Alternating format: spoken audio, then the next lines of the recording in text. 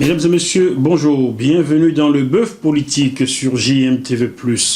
Notre invité de ce jour vient d'un peu plus loin, il n'est pas de France, il vient d'Allemagne. Lui, c'est quelqu'un que j'ai rencontré dans les combats politiques sur la place européenne. Je me suis demandé parfois qu'est-ce qui a fait qu'il devienne Baham aujourd'hui. Il va nous expliquer qui il est et pourquoi il est devenu Baham. Lui, c'est M. Ngan, départemental MRC d'Allemagne. Monsieur Ngan, bonjour. Bonjour, M. Moifou. Comment allez-vous? Oh, ça va bien, merci. J'ai bien fait le lancement? Oui, disons oui. Je suis bahamisé, oui. Vous êtes Baham d'où, là? Oui, je suis bahamisé, disons comme ça, oui. Bahamisé. Bahamisé. Alors, Monsieur Ngan, depuis que je vous vois, je me suis toujours demandé qui est ce monsieur. Alors, je suis sûr que les téléspectateurs aussi aimeraient savoir qui vous êtes. Qui êtes-vous? Oui, merci pour la question et je profite d'ailleurs pour dire bonjour aux téléspectateurs. C'est un honneur pour moi vraiment d'être aujourd'hui ici à JMTV+. J'ai vu plusieurs personnes passer ici et je me sens vraiment honoré d'être ici aujourd'hui et pour l'occasion qui m'est donnée. Alors, qui suis-je? Si on prend dans la tradition africaine, mon nom c'est Ngan Mwaha Bebi Ngan Soya Konyo. Ça veut dire, je suis, ça c'est un peu mes parents que j'ai un peu cités. Ah, d'accord. Et mon père venait de la région de Sanaga Maritime, il est de Ngoué de Manga, arrondissement Pouma. La mère aussi venait pas de loin, de l'arrondissement de Pouma. Elle est une femme de Lukende chez les Bicoques. On va en profiter pour saluer toute la population de Pouma. Voilà. Ce que j'adore chez vous sont les belles pierres pour orner les maisons. Là. Ah, voilà. Je vous salue, je vous embrasse. C'est sûr. Et donc voilà, de la région sont venus mes parents. Je suis né à Douala, j'ai grandi à Douala, j'ai fait mon lycée à Douala. Et puis après le lycée, je suis allé en Allemagne faire mes études. Et j'ai fait les études du génie sanitaire, option technique biomédicale. Je suis ingénieur génie sanitaire, option biomédicale. Et dans le cadre de mon mémoire, j'ai développé un logiciel d'enregistrement de l'électrocardiogramme pour faire des études et à la fin peut-être des données qu'on avait, on faisait ce qu'on appelle la vectorcardiographie. Et c'est ce qui m'a amené exactement sur le pan de l'informatique. Et depuis, je travaille comme informaticien. Je suis actuellement consultant senior à son propre compte. Et vous connaissez peut-être la maison VW Volkswagen. Volkswagen, oui, qui est la voiture du actuellement peuple. l'un de mes clients, oui. Je m'occupe là-bas du réseau. Ah d'accord, c'est votre client principal. Oui, mon client principal, c'est pas Volkswagen, mais Volkswagen Bank. Ils ont une banque, Volkswagen Financial Services. Et avec mon équipe, on s'occupe du réseau. D'accord. Ouais. Bon, chers téléspectateurs, comme il en a profité pour faire la publicité des voitures de son pays, il ne va pas partir sans laisser un chèque ici. On paye la pub. Je vais passer ça à Volkswagen. Très bien. Monsieur Ngan, le décor est bien planté. On sait à peu près qui vous êtes maintenant. On vous voit courir. Vous êtes partout. Non seulement sur le terrain en Europe, sur les réseaux sociaux. Vous allez même au Cameroun pour les conventions. Est-ce que le MRC a donc tant d'argent que ça pour vous déplacer ou qui finance tout cela? Le MRC est un parti qui se finance par ses militants, mais les militants eux-mêmes par leur engagement. Mes déplacements sont financés par moi-même. Il arrive pour un ou deux, mais vraiment des RACA, où exactement là où j'ai eu à être sollicité, on essaie de participer à mon biais, mais surtout ici en Europe. Mes déplacements au Cameroun sont financés par moi-même. Et puis, comme vous avez dit, je suis chef départemental de l'Allemagne, mais je suis aussi le secrétaire national responsable d'éthique. C'est ce qui a fait que je dois être, quand on nous appelle à des rendez-vous très importants, c'est un déplacement de 3-4 jours, parfois que je prends, ou bien un week-end, et j'essaie d'être présent, oui. Je crois que c'est le moindre qu'on puisse faire au niveau de son engagement. Vous cumulez déjà des postes alors? Oui, bon, oui, il y a des postes nominatifs et que M. Kamto peut vous nommer à un poste. J'étais déjà département de l'Allemagne et il m'a sollicité pour l'accompagner comme secrétaire national d'éthique et donc exactement. Et donc oui, je cours beaucoup et je crois que c'est important. Là où je suis sollicité pour aider, on essaie d'aider le parti à grandir, à s'implanter. Et alors on va partout où on est sollicité. Donc oui. Mais c'est financé par moi-même. Qu'est-ce que ça vous apporte le MRC? Qu'est-ce que le MRC m'apporte? Peut-être je pourrais dire ce que veut dire peut-être pour moi le MRC aujourd'hui. Ce que quand je suis arrivé à comprendre ou bien à trouver par un hasard, je suis arrivé au MRC par un hasard. Un hasard, c'est-à-dire? Un hasard, c'est-à-dire en ce moment, j'avais un client à Hambourg, je travaillais à Hambourg, j'étais très fréquent à Hambourg parce qu'exactement comme je suis sollicité par mes clients, je suis souvent exactement chez eux, on-site, comme on dit. Et j'ai connu exactement des amis à Hambourg et qui étaient déjà engagés à devoir implanter le MRC en Allemagne. Et ils m'ont sollicité. J'avoue que j'ai déjà eu à être sollicité par beaucoup de membres du RDPC avant. Mais je n'ai pas trouvé d'intérêt parce que l'approche ici était différente. L'approche au MRC était Oui, l'approche du MRC était très différente parce que dans le temps déjà, avec toutes les années que j'ai fait, le RDPC, même quand je suis arrivé à Hambourg, le responsable a eu à me rencontrer, mais c'était toujours viens nous retrouver, comme ça tu peux avoir les audiences privées chez l'ambassadeur, et si le président vient, etc. On ne me parlait pas vraiment du contenu. Et là, et je dois l'avouer, un des amis, il n'est plus avec nous, mais il me regarde. Ceux qui sont venus me voir, ils sont tous venus. Et ils m'ont surtout parlé du projet dès la première seconde.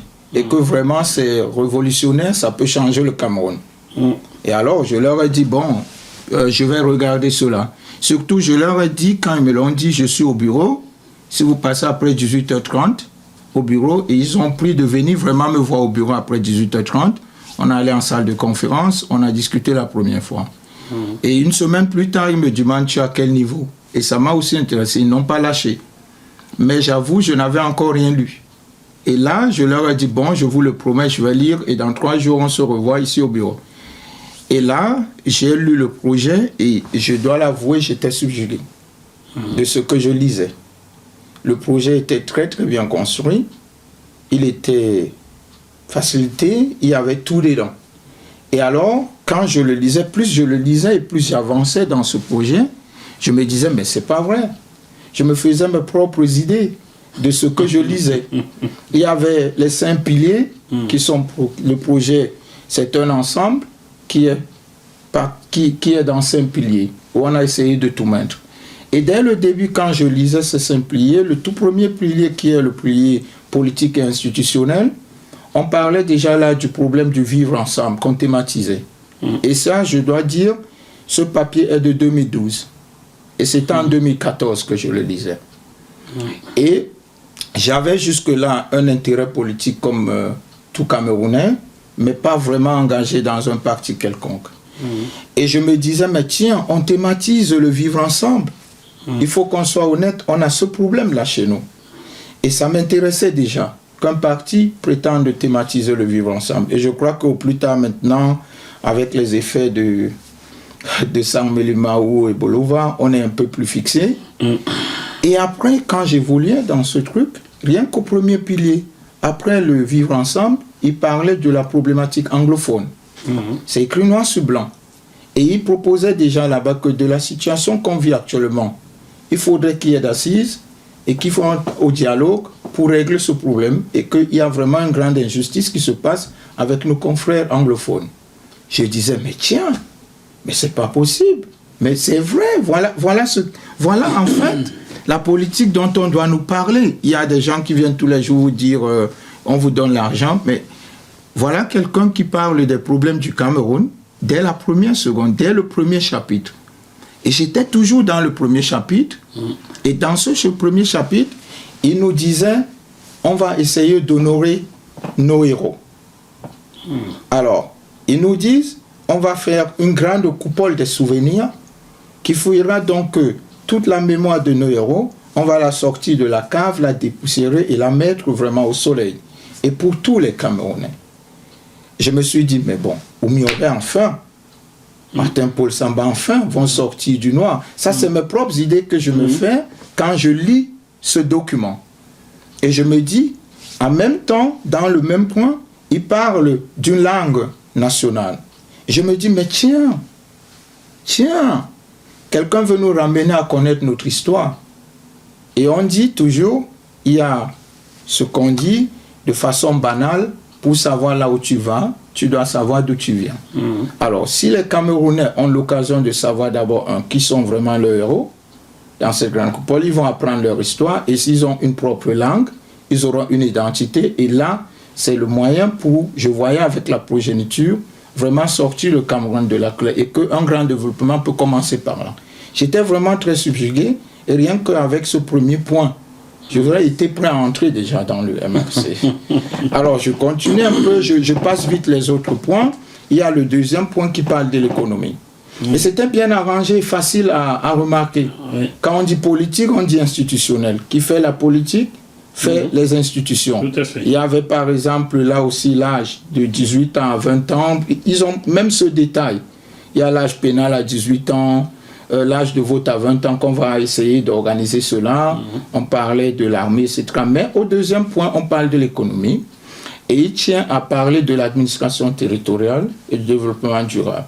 Économie et administration territoriale, on doit régler le problème du foncier au Cameroun. Pour pouvoir enfin lancer une économie sur la base de l'agriculture dont tout le monde parle depuis. Ça, c'est ce que moi, je comprends dans ce que je lis. Je dis, ah voilà, donc si on peut venir, on va donner des idées pour que ce projet de société soit concret. Je continue, je vais au prochain point. On parle de l'éducation. Et quand on parle de l'éducation, on parle des jeunes et l'emploi. On parle de la femme. Vous savez, à l'arrière-pays, les jeunes filles qui ne peuvent pas aller à l'école. Donc on thématise le problème de la femme. Et on réussit dedans à parler même de la parent de la femme, de la couverture maladie universelle minimum. La femme peut accoucher sans être dérangée, entre guillemets. Sans qu'on la séquestre dans un hôpital. Sans qu'on la séquestre dans, etc. Oui, c'était déjà là. Bon. Et que l'enfant est couvert jusqu'à peut-être 5 ans. Je me dis, mais voilà, la mortalité infantile, tout ce qu'on a comme problème, mais on peut régler ce genre de choses. Et après, on arrive au niveau de la culture. Le Cameroun a un grenier de culture. Et à la culture, je comprends malgré tout, ils écrivent dans la culture, nous allons faire une bibliothèque mondiale noire. Je me dis, mais tiens, on continue à nous apprendre notre histoire. La grande bibliothèque mondiale noire, la culture, c'est quoi? C'est le tourisme. Tout le monde va venir apprendre qui est le noir. Les Camerounais en premier vont apprendre qui ils sont. Et avec ce que ça peut compter avec le tourisme. On a dit qu'on va faire une académie de l'art et de la musique. Le grenier camerounais et son art et sa musique. Ben je vais faire une petite parenthèse et vous dire que selon... Vous voyez, je suis même émotionné. Quand je parle de ce projet, je suis très admiratif. Si on vous arrête pas, je suis très subjugué. Je voulais vous dire, et aux téléspectateurs camerounais, que selon le journal américain Forbes, sur les 10 guitaristes bassistes africains qui ont le plus influencé la musique mondiale, 7 sont camerounais. 7. 10 bassistes africains qui ont le plus influencé la musique mondiale. 7 sont camerounais, Richard Bona en tête, Vicky Eddy Moarif, Jean Dikoto. Ah, d'accord. Oui, Vicky Eddy Mo deuxième. D'ailleurs, chez les téléspectateurs, vous pouvez revoir l'émission Le Bœuf Bourguignon avec Vicky Eddy Mo, on en parle. Donc, Vicky Eddy Moarif en deuxième, Jean Dikoto Mandingue, Armand Sabaleko, Guy Sanguet, Étienne Mbappé. Et on ne le valorise pas. On ne le valorise pas. Alors, si on a une académie de l'art et tout, qu'est-ce que Richard Bona ferait de plaisir? Et je suis sûr, il serait très content de venir. Voilà. Connaissant Richard, oui. Voilà. Et c'est de ce genre de choses que moi je lis. Et j'arrive au 5e pilier qui parle de la diaspora. On veut faire un pacte avec les diasporas. Et ce qui me plaît beaucoup des gens, c'est pas juste les avantages qu'on veut dire, qu'on veut donner aux diasporas. Vous avez vu, M. Kamto était là dernièrement, on peut rien parler. On va en parler aussi. Mais les diasporains, pas seulement au niveau de leur potentiel économique, pour la première fois, quelqu'un dit aux diasporains, pas seulement votre pouvoir économique, mais vous devez aussi être là où on prend les décisions. Ça veut dire, la diaspora va participer à toutes les élections nationales. Ça veut dire pas seulement l'élection présidentielle, mais aussi les élections municipales, non pas municipales, mais législatives et les sénatoriales. Et ils ont le droit d'avoir des candidats. On veut faire un quota du nombre de candidats de la diaspora qui seraient vraiment dans le palais des Verts. Je me dis, mais tiens, avec le pouvoir d'achat de la diaspora, et tout le jour qu'on leur dit, venez aider à développer le Cameroun, mais avec qu'ils disent à tout moment qu'on ne nous écoute pas, s'ils ont des représentants directs dans l'administration, mais voilà quelqu'un qui est courageux, qui n'a pas peur des diasporas, qui règle le problème de double nationalité en faisant une plurinationalité où les Camerounais de nature sont Camerounais, etc., d'origine. Pas que pour les footballeurs et les politiciens. Non, pour tout le monde. Tout le monde. On est Camerounais d'origine, on est Camerounais. Moi, je suis resté Camerounais, mais de mon expérience que j'ai avec mes compatriotes ici à la diaspora, je ne peux pas prétendre être plus Camerounais qu'eux, qui ont peut-être, pour des raisons diverses, pris la nationalité du pays d'accueil. Ce serait vraiment impoli et même une absurdité de se prétendre plus camerounais que l'un ou l'autre d'eux, même au niveau de leur engagement par rapport au pays. Vous allez me tendre une perche là pour répondre à certains. J'ai lu, certains ont écrit que Jackie Mofouki, français, vient parler pour du Cameroun. Croyez-moi, chers téléspectateurs, je n'aurais pas pris la nationalité française, je ne serais pas journaliste car c'est la France qui a financé mes études après que je sois naturalisé. Si j'étais resté camerounais, je serais à Anguissa en train de vendre de l'eau glacée, je ne sais pas quoi. Voilà. Donc c'est un peu ça, vous voyez. Et donc tout ça, on a mis un peu comme un courrier qu'on a appelé comme vision le social-libéralisme. Et qui veut dire exactement essayer de faire un cadre dans lequel avec cela le Camerounais peut se mouvoir et développer le Cameroun. J'étais vraiment subjugué quand j'ai fini de lire ce truc. Je l'ai lu une deuxième fois, j'ai dit à ma femme, tu sais, je crois que je vais entrer en politique. Elle me dit, quoi? Je lui dis, je vais entrer en politique. J'ai un projet mais qui me parle. Et j'essaye après de me dire, bon, on peut avoir un bon projet, mais on est au Cameroun. On est là où quelqu'un a fait, je peux dire, une forteresse. Il faut pouvoir avoir quelqu'un qui peut vraiment mener à bout ce projet. Il faut vraiment quelqu'un qui peut. Et alors, je regarde qui. Et j'apprends de M. Maurice Kamto. J'avais une idée de lui avant, de tout ce qu'il a essayé de faire. Mais je relis encore bien son CV. J'essaye encore de m'informer. Je dis, enfin. Je crois que le Cameroun, aujourd'hui, a une chance de vraiment s'en sortir. Alors, je me mets à la disposition des autres. Et je dis, je crois que je vais apporter ma part de contribution pour accompagner M. Kamto avec ce projet, pour changer le Cameroun. J'y crois. Et alors, je dis aux amis, je suis prêt. Et on m'invite à la première réunion à laquelle j'assiste des responsables d'Europe et tout. Vous n'allez pas croire. On n'était pas 15 personnes. C'était en 2014. Vous étiez combien? On n'était pas 15 personnes. On était 12 personnes à cette réunion. Vous comprenez? Mais la dernière fois, on a une salle de plus de 400 personnes qui était trop petite, rien que pour les responsables des structures. Donc je crois que de là jusqu'à aujourd'hui, on a fait du chemin. Du chemin. Wow. C'est ça. C'est donc ce que le MRC vous a apporté. Donc vous pouvez comprendre pourquoi je suis prêt à me déplacer et tout. L'espoir, oui, qu'enfin on a une possibilité de changer le Cameroun. Bon, j'ai bien résumé l'affaire. Alors, ce programme vous est proposé par Devisé Fret, spécialiste du transport international Afrique, Dom-Tom, Océan Indien. Plus 33 139 85 14 23. En préparant votre réception aujourd'hui, j'ai fait mon investigateur sur les réseaux sociaux là, et j'ai lu des écrits des personnes qui sont de la même localité que vous au Cameroun vous dire qu'il est temps de revenir au Bercail, que vous vous êtes vendu au Bamileke. Qu'est-ce que de tels écrits vous font? Oui, Je crois d'abord que ça me confirme que nous avons un problème de vivre ensemble. Et que exactement nous sommes sur le bon chemin avec ce qu'on fait. Et sinon, oui, c'est vrai, je l'ai eu plusieurs fois. On va te ramener à la maison, tu es, je sais pas quoi, on t'a vendu là-bas, tu ne fous rien là-bas, qu'est-ce que tu fais avec les Bamileke? Viens aider le frère, etc.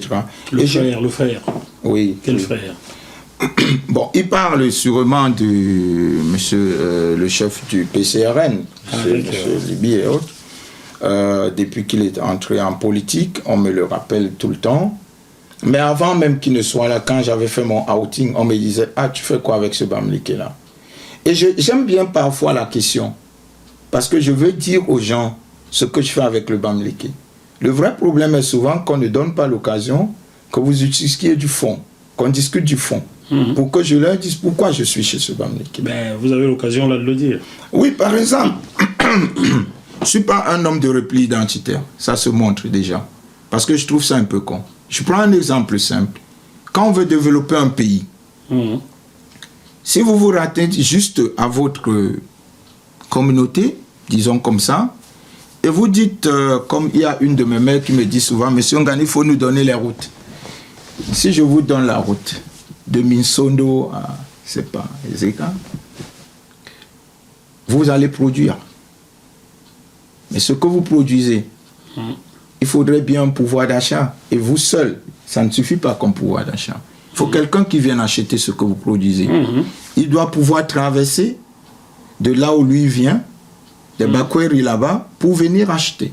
Ou tu dois pouvoir transporter cela au port à Douala. Donc, si tu as les routes, et le maire qui est à côté n'a pas les routes, ça ne te sert à rien. Absolument, oui. Donc, il faut penser le Cameroun, ce qu'on appelle souvent « think global and act local ». Il faut penser le Cameroun globalement avant d'agir et voir maintenant les actes qu'on pose. Parce que c'est comme ça qu'on développe un pays. On ne vient pas comme le dernier projet dernièrement des routes de M. Biya et qui dit seulement une route ici, une route ici. Mais on ne voit pas pourquoi ces routes et ce que ces routes feront. On peut avoir tout genre de routes, mais si le port ne fonctionne pas, ces routes sont là, oui. Mais après, bon, ça sera pour que quelqu'un en allant à son champ marche sur le goudron. Pas plus, et après. Et donc, je leur dis souvent, qu'est-ce que vous voulez écouter de moi? D'accord. Même si on parle de notre grand village de Bassa, parlons un peu, moi, le Bassa. Qu'est-ce que Kamto fait pour le Bassa, ils vont me dire. Je leur dis, mais il faut prendre le programme et arrêter la paresse intellectuelle et apprenez à lire et à comprendre au moins la proposition de quelqu'un. Pour rien que le cadre de Bassa, le programme de Kamto propose ou planifie une zone industrielle à Edea, dans la région d'Edea. Mon cher M. Mwafo, nous sommes en Europe. Je ne sais pas si les gens connaissent ce que veut dire une zone industrielle et ce que ça a comme impact à une région. Vous savez, je travaille pour, comme j'ai dit tout à l'heure, pour FAOV, François. Je refais la publicité. Ça faisait un deuxième chèque. Je fais. Cette société a son siège de son existence dans une ville qu'on appelle Wolfsburg, qui n'est pas une trop grande ville. Mais rien que cette société a fait que l'Allemagne est divisée en États fédérés. Tout l'État fédéré de Basse-Saxe ne vit que de cette zone industrielle que cette société a créée. À Wolfsburg seul, rien que pour les employés internes de la société, on a plus de 120 000. 120 000 personnes. Ça, c'est la taille du 120 000 personnes. 120 000 personnes. Et je ne parle pas maintenant des villes, et moi-même qui travaille pour eux, je suis souvent à une ville d'à côté qu'on appelle Braunschweig, où ils sont aussi installés. Donc tout ce côté-là, Osnabrück, Emden, Hanovre, c'est que qui a fait de cette zone. Et toute cette zone, il y a même des fournisseurs. Certains se sont spécialisés, ils n'ont que comme client FAOV. Et je ne parle pas de l'immobilier, des hôtels, Implémenter cela au Cameroun, Oui. qu'est-ce qu'il y avait dans le programme de M. Kamto Oui. pour les régions Bassa? Vous avez commencé Je là-dessus. commence là-dessus. Je vous ramène là-dessus. La zone industrielle. Vous savez, nous avons d'abord une des premières choses, nous avons un barrage dans cette zone qui aujourd'hui, n'est pas exploité. Parce qu'une zone industrielle, ça a besoin d'énergie. Donc, donc, M. Kamto, le Bami, machin truc, c'est pas ça qui l'intéresse. C'est de voir ce qu'il peut faire au Cameroun et où. Donc, c'est pas choisi au hasard. Nous y travaillons l'aluminium depuis longtemps. Nous avons l'acier là. Nous avons le bauxite là-bas. Nous avons tous ces villages-là qui font leur agriculture. Donc, si on donne cette zone industrielle-là, je peux garantir que bien fait, tous les villages-là ont de l'emploi. Ces gens n'ont même plus besoin de se déplacer. Le monde de Bassa a son emploi. Et en plus de ça, on pense à une université vers Ezeka. Je ne sais pas si les gens savent ce que veut dire une université moderne à niveau compétitif, technologique à Ezeka. Bien sûr, on va refaire le rail. Et au niveau même international, standard.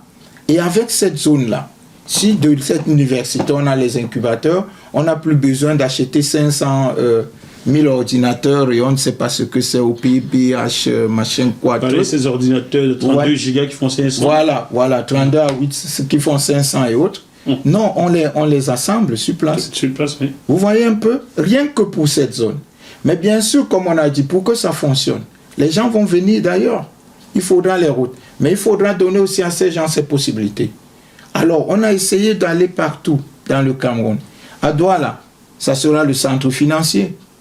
Douala, centre financier. Là où j'habite, Francfort est à côté. C'est le centre financier, presque de l'Allemagne. Et ça fait tout un État. Dans votre programme du MRC, Douala serait le centre financier. Douala, le centre financier. Et Ezeka serait... C'est le zone industrielle vers EDA et Monté. Et Ezeka, on a une grande université. Oui. On va jusqu'à Yaoundé, qui sera le centre culturel.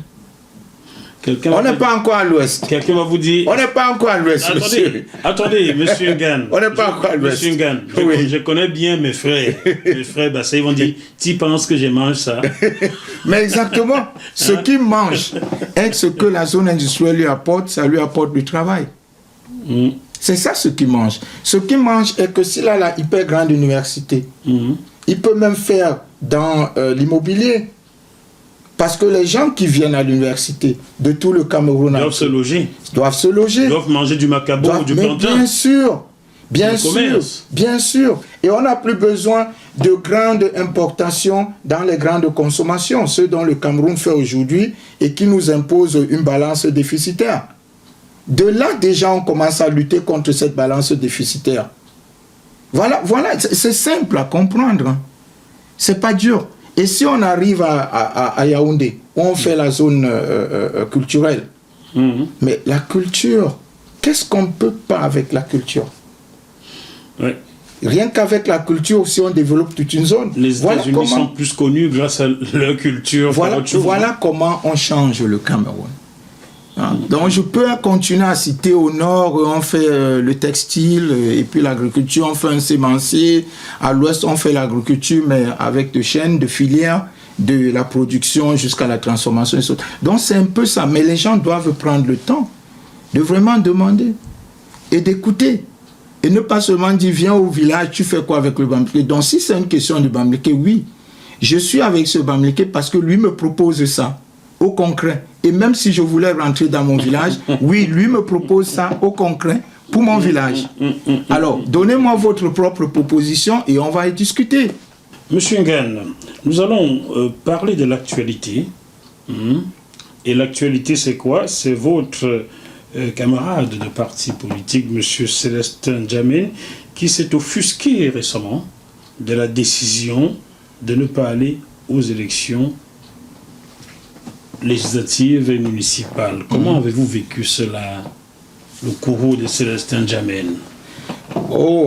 Je crois que j'en ai déjà fait cas. Pour moi, nous sommes dans un parti politique et qui se veut moderne. Et donc, par conséquent, toute personne a le droit de son opinion.